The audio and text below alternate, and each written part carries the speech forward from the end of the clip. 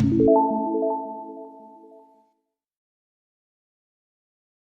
Friends, आज की इस वीडियो में हम बात करेंगे pair of linear equations in two variables से टाइप्स ऑफ लाइंस के बारे में। जो टाइप्स ऑफ लाइंस होती है वो किस तरह से एक दूसरे के साथ बिहेव करती है, इस वीडियो में हम डिटेल में जानेंगे। तो जैसा कि हमने प्रीवियस वीडियो में पढ़ा था कि तीन तरह की लाइंस होती है, intersecting lines, parallel lines and coinciding lines. ये तीनों लाइंस के तीन अलग अलग टाइप के सॉल्यूशंस होते हैं। पैरेलल लाइंस का होता है नो सॉल्यूशन, इंटरसेक्टिंग लाइंस का होता है unique solution and coinciding lines का होता है इनफाइनाइट मेनी सॉल्यूशंस। इन लाइंस की को सॉल्व किए बिना आप इन्हें सॉल्व किए ये पता लगा सकते हैं कि कौन सी टाइप की इक्वेशन किस टाइप का सॉल्यूशन हमें देगी। तो चलिए चेक करते हैं और पता करते हैं कि क्या कंडीशंस होती हैं जिससे हमें पता चलेगा कि कौन सी टाइप की लाइन किस टाइप का सॉल्यूशन देगी without solving the equations.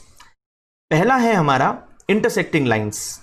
Intersecting lines में दो लाइन एक दूसरे को एक पर्टिकुलर पॉइंट पे इंटरसेक्ट करती है और जैसा कि हम इस ग्राफ पे देख पा रहे हैं ये एक दूसरे को कट कर रही है 4,2 वाले पॉइंट पे। और ये लाइंस इंटरसेक्टिंग लाइंस है, इसका मतलब इनका जो सॉल्यूशन है वो सॉल्यूशन यूनिक सॉल्यूशन है। कैसे हम इस सॉल्यूशन को बिना सॉल्व किए पता लगा सकते हैं कि ये यूनिक सॉल्यूशन है? तो चलिए कंडीशन देखते हैं यूनिक सॉल्यूशन की। यूनिक सॉल्यूशन की कंडीशन होती है a1/a2 is not equals to b1/b2। अगर मैं कंपेयर करवाऊं this equation number 1 and this equation number by the pair of linear equations in two variables, तो हमें मिलेगा a1 is equals to 1, b1 is equals to -2 and c1 is equals to 0। a2 की value मिलेगी हमें 3, b2 की value मिलेगी 4 and c2 की value मिलेगी आपको 20। तो अब अगर हम इन्हें कंपेयर करवाएं, इनके रेशियोज फाइंड करें, a1/a2 is equals to 1/3, b1/b2 is equals to -2/4 and the simplest form is this -2/4 is -1/2। c1/c2 is equals to 0/20। तो ये रेशियोज को अगर हम कंपेयर करवाएं तो a1/a2 is not equals to b1/b2। a1/a2 b1/b2 के equal नहीं आ रहा है, that is 1/3 is not equals to -1/2। therefore we can say that these two lines are having unique solution. इन दोनों में कौन से टाइप का सॉल्यूशन है? यूनिक सॉल्यूशन है। और यूनिक सॉल्यूशन है इसका मतलब we can say that the lines are intersecting lines. Hence हमें पता चल गया बिना सॉल्व किए कि ये लाइंस यूनिक सॉल्यूशन की है और ये इंटरसेक्टिंग लाइंस होगी। अब आगे बढ़ते हैं हम अगले टाइप की लाइंस के ऊपर अगले टाइप की लाइन के ऊपर बात करते हैं पैरेलल लाइंस की। और पैरेलल लाइंस, यहां पे हम दो लाइंस देख पा रहे हैं, ये हमारी पहली लाइन है और ये हमारी दूसरी लाइन की इक्वेशन है। और ये दोनों ही लाइंस जब मूव कर रही है इनफाइनाइट तक तो ये एक दूसरे को कट नहीं करेगी because they are parallel and vice versa. अगर वो कट नहीं कर रही है तो पैरेलल है और अगर पैरेलल है तो वो कट नहीं करेंगी। इसका मतलब कोई भी पॉइंट कॉमन इन दोनों में नहीं मिलेगा। और सिंस दोनों में कोई पॉइंट कॉमन नहीं है इसका मतलब they do not have solution, they do not have any solution. अब ये चीज अगर हमें पता करनी है कि कैसे पता चलेगा कि क्या कंडीशन होती है इनके नो सॉल्यूशन की, तो वो हम चेक करते हैं by again comparing these two equations with the standard equations. a1 की वैल्यू है आपकी 2, b1 की वैल्यू है 4 एंड c1 की वैल्यू है -12। a2 की वैल्यू है 1, b2 की वैल्यू है 2 एंड c2 की वैल्यू है -4। अब हम इनके रेशियोज को कंपेयर करवाएं अगर, तो a1/a2 is equals to 2/1, b1/b2 is equals to 4/2 that is again 2/1 and c1/c2 is equals to -12/4 that is 3/1। जैसा कि हम देख पा रहे हैं हमारे पास में जो रेशियोज हैं a1/a2 is equals to b1/b2 but they are not equals to c1/c2।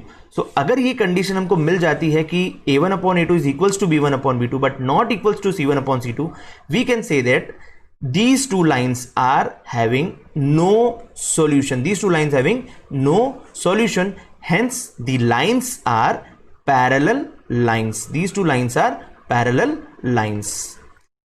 तो ये हो गई हमारी पैरेलल लाइंस की कंडीशन। पैरेलल लाइंस की कंडीशन हमें बताती है a1 upon a2 is equals to b1 upon b2 but it's not equals to c1 upon c2, hence proved. अब हम आगे बढ़ते हैं हमारे तीसरे और आखिरी लाइन के टाइप के पास, और ये है कॉन्साइडिंग लाइंस। दो लाइंस अगर कॉन्साइडिंग होती है इसका मतलब वो एक के ऊपर एक लाई करती है। यही हमारी पहली लाइन है और यही हमारी दूसरी लाइन है। सेम लाइन की दो अलग अलग इक्वेशंस हैं। कैसे है ये हम आगे आने वाले वीडियोस में डिस्कस करेंगे, कैसे एक ही लाइन की दो अलग अलग या और भी अलग अलग इक्वेशंस लिखी जा सकती है। अब यहां पे हम देख रहे हैं कि इन दोनों लाइंस के ऊपर हर पॉइंट कॉमन है, हर सिंगल पॉइंट कॉमन है। इसका मतलब इनके ऊपर ऐसे इनफाइनाइट पॉइंट्स हैं जो एक दूसरे के ऊपर कॉमन है या इनके सॉल्यूशन है। तो इसका मतलब ये जो कॉन्साइडिंग लाइंस होती है they have infinite many solutions, they have infinite many solution. और इनकी कंडीशन होती है a1 upon a2 is equals to b1 upon b2 is equals to c1 upon c2, तब इनको हम बोलते हैं इनफाइनाइट मेनी सॉल्यूशंस।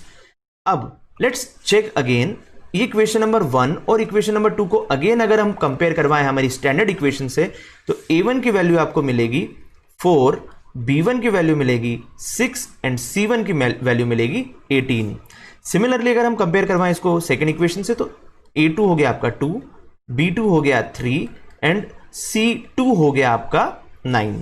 एक जो सबसे ज्यादा इंपॉर्टेंट चीज है जो हमें याद रखने की है वो ये है कि ये दोनों C1 और C2 सेम साइड पे होना चाहिए। Either they should be on RHS और they should be on the LHS। तो या तो वो LHS पे होना चाहिए दोनों ही इक्वेशंस में, या RHS में होना चाहिए दोनों ही इक्वेशंस में, तभी आपका आंसर सही आएगा। चलिए अगर हम इसको आगे कंटिन्यू करें तो a1 अपॉन a2 का वैल्यू होगा 4/2 that is 2, b1 upon b2 की वैल्यू होगी आपकी 6 अपॉन 3 दैट इज अगेन 2/1, ये भी 2/1, c1 अपॉन c2 की वैल्यू होगी आपकी 18 upon 9 that is again 2/1। Hence यहां पे हम देख पा रहे हैं कि तीनों ही जो लाइन की इक्वेशंस हैं वो हमें तो यहां पे हम देख पा रहे हैं कि जो तीनों ही रेशोज हैं a1 upon a2 is equals to b1 upon b2 is equals to c1 upon c2 show कर रहे हैं। Hence, these two lines are having infinite many solutions. They have infinite many solutions.